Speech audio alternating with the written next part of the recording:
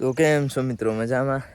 તો ઘરે બેસીને હું પણ હવે કંટાળી ગયો છું, કારણ કે કોલેજનું એડમિશન તો 25 તારીખ પછી થવાનું છે. તો એ પણ એકદમ પાક્કું નથી કે 25 તારીખે થઈ જ જશે. તો કોલેજવાળા પણ ઘણા દિવસથી રખડાવે છે અને ઘરે પણ વરસાદ પડે છે. તો ઘરે વિડીયો બનાવવાની મજા નથી આવતી, કારણ કે લોકો ઘરના બધા ઘરે જ છે. તો મારે વિડીયો બનાવવામાં થોડી તકલીફ પડે છે. તો વરસાદની મજા માણીએ, બીજું શું, કારણ કે વરસાદ તો બહુ મસ્ત ચાલે છે અને ખેતરો બધા હરાભરા થઈ ગયા છે.